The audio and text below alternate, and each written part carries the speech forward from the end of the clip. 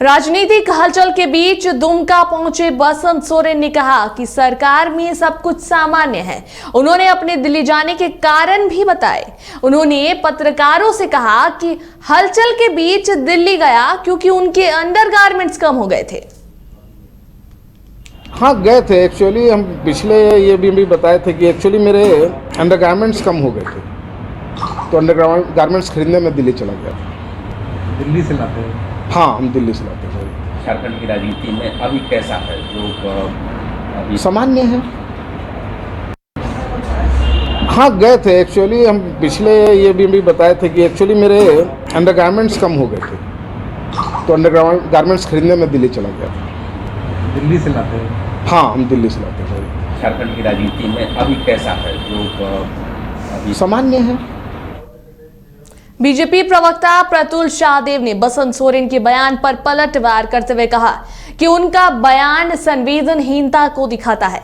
उन्होंने कहा कि विधायक बसंत सोरेन का यह बयान कि वह दिल्ली अंडरगारमेंट्स खरीदने गए थे, सत्ता के शीर्ष में बैठे लोगों के घमंड को उजागर करता है।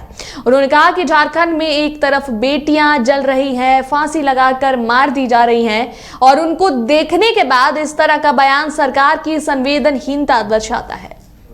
ऐसा प्रतीत होता है कि झारखंड में सत्ता में शीर्ष में बैठे लोगों के प्रति मर्म एकदम खत्म हो गया है और असंवेदनशील हो गए हैं वो घटनाओं से।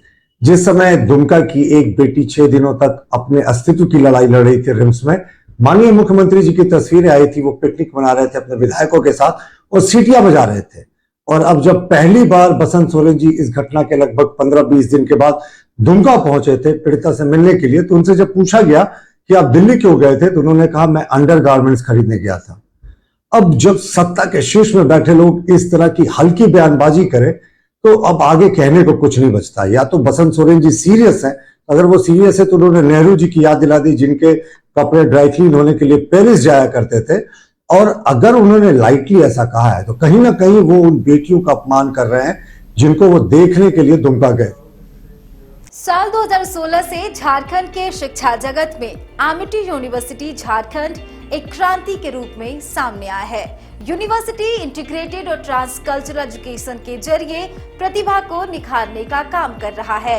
क्वालिटी एजुकेशन के साथ Amity university Jharkhand budding talents का न सिर्फ करियर संवार रहा है बल्कि एक अच्छा इंसान बनने में उनकी मदद भी कर रहा है।